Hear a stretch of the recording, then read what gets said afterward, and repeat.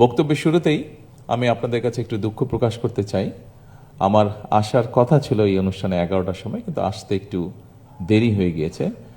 অফিসে একটি জরুরি কাজ সারতে গিয়ে একটু সময় লেগে গিয়েছে, সেই জন্য আমি আন্তরিকভাবে দুঃখিত আপনাদের কাছে।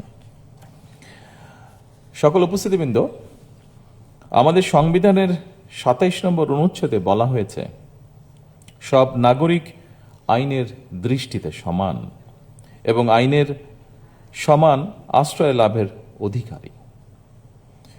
আমাদের সংবিধানের এই বিধান জাতিসংঘেও মানবাধিকারের সর্বজনীন ঘোষণাপত্রের 7 অনুচ্ছেদেরই প্রতিফলন।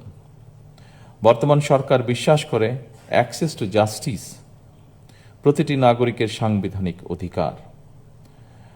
রাষ্ট্রের কোনো নাগরিক অর্থের অভাবে আইনের আশ্রয় কিংবা ন্যায্য বিচার থেকে বঞ্চিত থাকবে, এটি একটি গণতান্ত্রিক রাষ্ট্রে কোনোভাবেই কাম্য বা প্রত্যাশিত নয়।